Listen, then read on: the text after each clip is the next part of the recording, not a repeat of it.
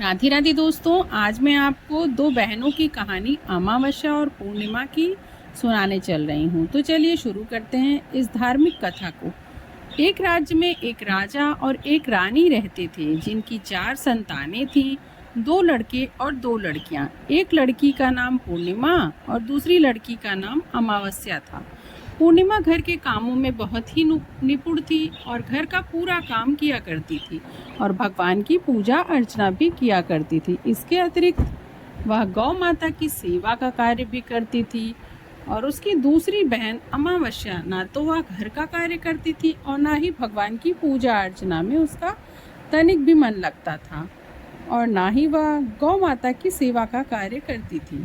पूर्णिमा सर्वगुण संपन्न थी, फिर भी राजा और रानी अपने दोनों बेटों और पुत्री अमावस्या को ही ज़्यादा प्यार करते थे और वह पूर्णिमा से भी प्यार नहीं करते थे। उनके साथ सौतेलों जैसा बर्ताव करते थे, उनके साथ भेदभाव करते थे। राजा के चारों पुत्र और पुत्री धीरे धीरे बड़े हो रहे थे। जब वे बड़े हो गए तो राजा ने अपने दोनों पुत्रों का विवाह योग्य कन्याओं के साथ करवा दिया। इसके बाद रानी ने राजा से कहा कि अब दोनों पुत्री विवाह के योग्य हो गई हैं और इन दोनों का विवाह भी करवा दिया जाए। लेकिन पुत्री अमावस्या का विवाह बड़े खानदान में कराना और पूर्णिमा का विवाह किसी भी गरीब परिवार में करवा देना, क्योंकि पूर्णिमा को केवल भगवान की पूजा पाठ करना ही पसंद है और गाय की सेवा करना पसंद है। अब रानी ने राजा को दोनों पुत्रियों का रिश्ता तय करने के लिए भेज दिया और राजा ने अपने पड़ोसी राज्य में जाकर वहाँ के राजा के पुत्र से अमावस्या का रिश्ता तय कर दिया। परंतु वहीं दूसरी ओर गांव में जाकर एक गरीब परिवार के लड़के से अपनी पुत्री पूर्णिमा का रिश्ता तय कर दिया। यह सारी बात जाकर राजा ने अपनी रानी से बताया तो रानी यह सोचने लगी कि अब देखते हैं कि भगवान इनकी मदद कैसे करता है। यह बहुत ही पूजा पाठ करती है और भगवान में मगन रहती है, तो अब इसका क्या फल मिलता है इसको। पूर्णिमा का भाई और उसकी भाभी पूर्णिमा को बहुत प्यार करने लगे, क्योंकि पूर्णिमा उनके घर के कामों में बहुत ज़्यादा मदद करती थी और अपनी भाभीयों के कामों में हाथ बटाती थी। वहीं दूसरी बहन अमावस्या उन पर अपना रोब जमाती थी और वह घर का किसी भी कार्य में मदद नहीं करती थी। कुछ समय बीत जाने के बाद दोनों पुत्रियों का विवाह हो जाता है। राजा और रानी की विवाह होने के बाद अपनी दोनों पुत्रियों को विदाई करते हैं। विदाई देते समय राजा और रानी पुत्री अमावस्या को बहुत सारा धन और दौलत देकर विदा किया करते हैं और पूर्णिमा को भी कुछ भी नहीं देते, उसे खाली हाथ ही घर से विदा कर देते हैं। इसके बाद दोनों बहनें अपने अपने ससुराल में चली जाती हैं। कुछ दिन बीत जाते हैं और एक दिन अमावस्या अपने घर शिव जी की कथा रखती है, जिसमें वह गांव के सभी लोगों को आमंत्रित करती है, उनको निमंत्रण देती है और अपनी बहन पूर्णिमा को वह नहीं बुलाती है। जब गांव की सभी औरतें अमावस्या के यहाँ जाती हैं तो यहाँ सब दृश्य पूर्णिमा अपने घर के दरवाजे से बैठ करके देखती रहती है। तब वहाँ से गुजर रही कुछ औरतें पूर्णिमा से कहती हैं कि तुम्हारी बहन के यहाँ शिव जी की कथा हो रही है, उसने कथा रखा है, क्या तुम नहीं चलोगी। पूर्णिमा ने कहा, नहीं, मुझे वहाँ निमंत्रण नहीं है, नहीं, मैं वहाँ नहीं जा सकती। सभी गांव की औरतों ने पूर्णिमा से कहा कि भगवान शिव की कथा में निमंत्रण की क्या ज़रूरत, तुम हमारे साथ ही चल लो। गांव की सभी औरतों की बात मानकर पूर्णिमा भी उनके साथ भगवान शिव की कथा में अमावस्या के साथ चली जाती है, अमावस्या के घर चली जाती है। जब अमावस्या की नज़र पूर्णिमा पर पड़ती है तो वह कहती है कि तुम यहाँ कैसे चली आई, मैंने तो तुम्हें बुलाया ही नहीं था। खैर कोई बात नहीं, अब तुम आ ही गई हो तो चुपचाप बैठ जाओ। यह कहते हुए अमावस्या ने पूर्णिमा की गरीबी का काफ़ी मजाक उड़ाया। पूर्णिमा की आंखों में आंसू आ गए और रोते रोते मन ही मन पूर्णिमा भगवान शिव से विनती करती रही कि हे भगवान, क्या मेरी पूजा पाठ में गलती रह गई, गौ माता की सेवा में मुझसे क्या गलती रह गई, आखिर मेरी क्या गलती है, आप मुझ पर अपनी कृपा दृष्टि कब बनाएंगे। पूर्णिमा बार बार भगवान शिव से यह कहती रही। इतने में शिव कथा पूरी समाप्त हो गई और अमावस्या भगवान का प्रसाद बांटने लगती है और वह सभी लोगों को प्रसाद बांटती है, लेकिन पूर्णिमा को वहाँ प्रसाद नहीं देती। पूर्णिमा बिना प्रसाद के ही अपने घर लौट जाती है। रास्ते में वह सोचने लगती है कि यदि बच्चे उससे कथा का प्रसाद मांगेंगे तो वह उन्हें क्या जवाब देगी। उसने सोचा कि वह अपने मायके चली जाए, अपने भाई भौजाई के यहाँ, तो वह बच्चों के लिए कुछ लेके आ जाएगी। ऐसा सोचते हुए वहाँ अपने घर वापस लौट कर आई और घर वापस लौट कर आने के बाद वह अपने पति और बच्चों से कहती है कि वह अपने मायके जा रही है। पति ने कहा ठीक है। कुछ समय के बाद पूर्णिमा अपने मायके के लिए रवाना हो गई। चलते चलते रास्ते में एक चबूतरा आया जिस पर तुलसी का पौधा लगा हुआ था। उस चबूतरे पर एक बूढ़ी अम्मा बैठी हुई थी और वह साक्षात तुलसी माता थी। उस बूढ़ी माता ने पूर्णिमा से कहा, बिटिया तुम कौन हो और कहाँ जा रही हो? पूर्णिमा अपना परिचय देती है। परिचय देने के बाद बूढ़ी औरत ने पूर्णिमा से कहा कि यहाँ तुलसी का पौधा सूख रहा है, इसमें थोड़ा सा पानी डाल दो बिटिया और इस चबूतरे की सफाई कर दो, जिससे मुझे थोड़ी ठंडक मिल जाएगी। पूर्णिमा ने कहा ठीक है माँ, मैं आप जैसा कह रही हैं वैसा कर देती हूँ। मैं तुलसी में पानी डाल देती हूँ और यहाँ चबूतरे की साफ सफाई कर देती हूँ। पूर्णिमा ने वह कार्य कर दिया।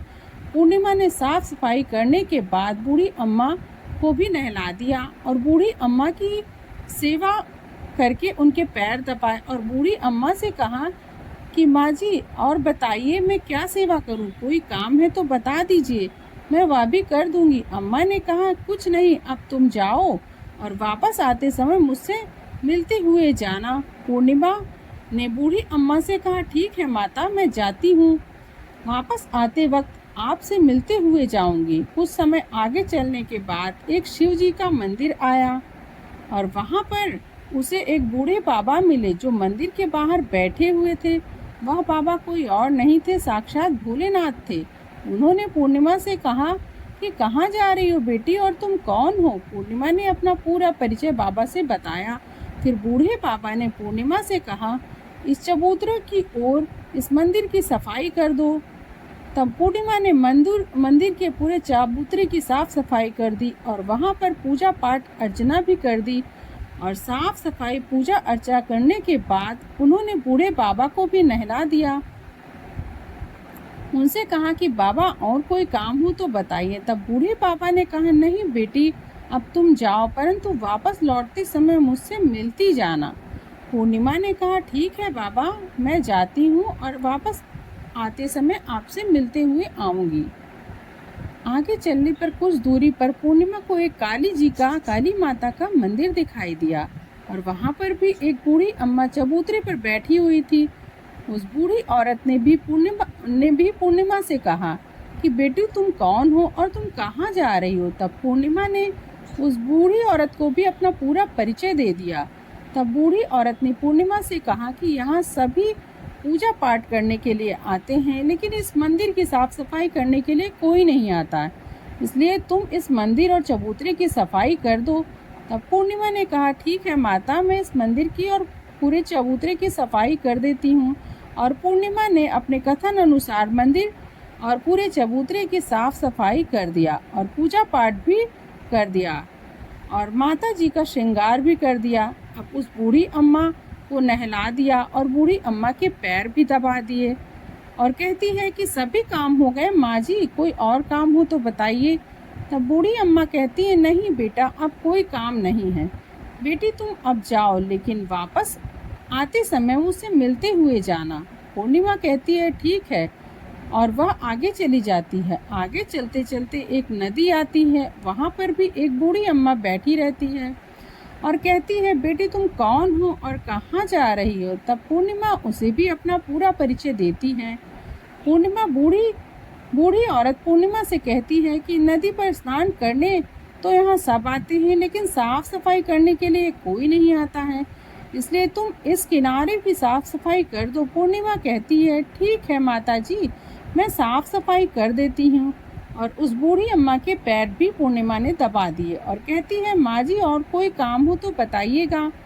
बूढ़ी औरत कहती है, नहीं बेटा, तुम जाओ, लेकिन वापस जाते समय मुझसे मिलती जाना। और वहाँ नाव में बैठकर नदी के दूसरे किनारे पहुँच जाती है और वहाँ अपने मायके के घर पहुँच जाती है। वहाँ पर पूर्णिमा के भाई और भाभी उसे देख कर के बहुत ही ज़्यादा प्रसन्न हो जाते हैं और वे पूर्णिमा की बहुत ज़्यादा खातिरदारी करते हैं, आदर सम्मान करते हैं और उससे बहुत सारी बातें करते हैं और कहते हैं कि बच्चों को भी साथ में लेकर आती तो बहुत ही अच्छा होता।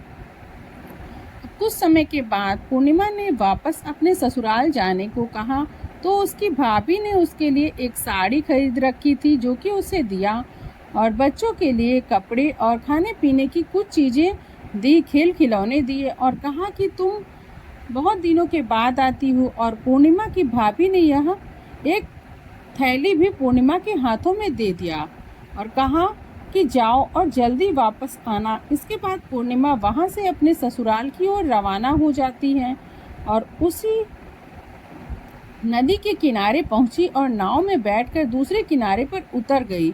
वहाँ पर उतरने के बाद वहाँ पर उसे वही बूढ़ी अम्मा मिली जो साक्षात गंगा मैया थी। उस बूढ़ी अम्मा ने पूर्णिमा को एक थैला दिया और कहा कि इसे तुम अपने घर पर ले जाकर खोलना।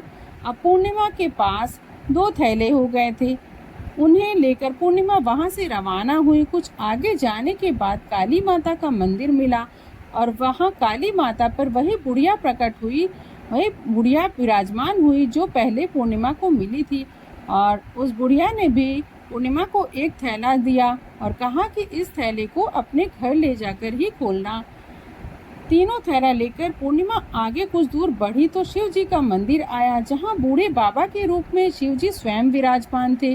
बूढ़े बाबा ने कहा, पूर्णिमा तुम वापस आ गई। पूर्णिमा ने कहा, हाँ बाबा, मैं वापस आ गई। बूढ़े बाबा ने पूर्णिमा को एक थैला दे दिया और कहा कि थैला तुम घर ले जाकर ही खोलना। पूर्णिमा ने कहा, ठीक है बाबा।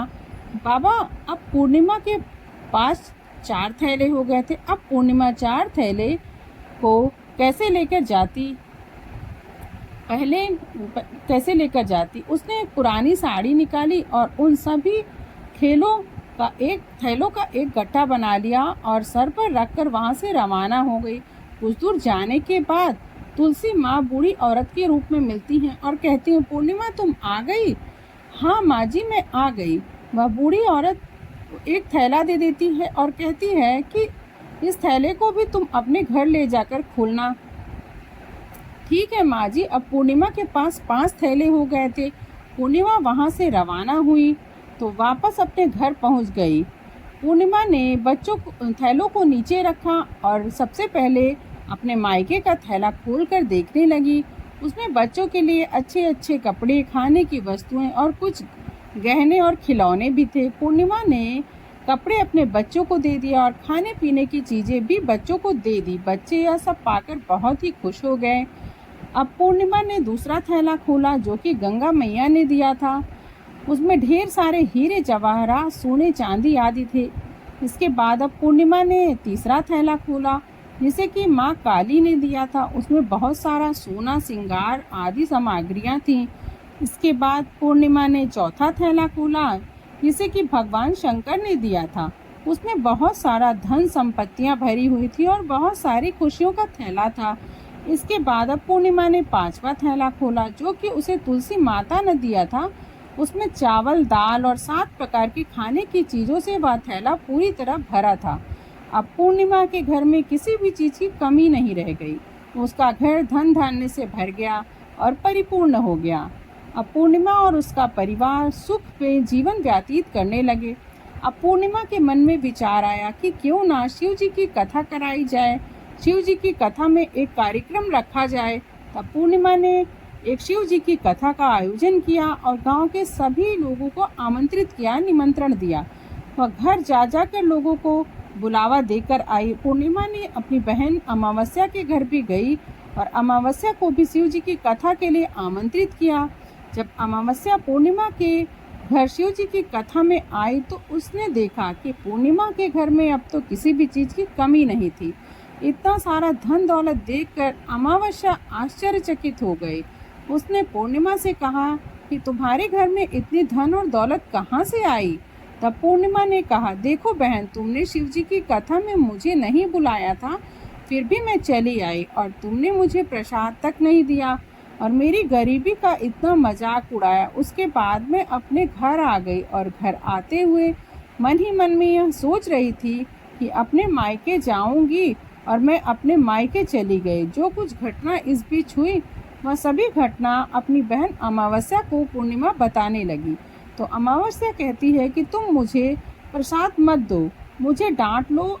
पूर्णिमा ने ऐसा कहा कि यह तो भगवान का प्रसाद है। पूर्णिमा कहने लगी, यह तो भगवान का प्रसाद है, मैं तो सबको दूंगी और तुम्हें भी दूंगी। फिर भी अमावस्या ने प्रसाद नहीं लिया, वह सीधे अपने घर चली गई। घर जाकर अपने बच्चों को कहकर वहां से अपने मायके जाने के लिए रवाना हो गई और मायके के लिए निकल गई। उसे रास्ते में चलते चलते माँ तुलसी मिली, जो चबूतरे पर बूढ़ी के रूप में बैठी हुई थी। बूढ़ी माँ ने अमावस्या से कहा कि बेटी, तुम कौन हो और तुम कहाँ जा रही हो?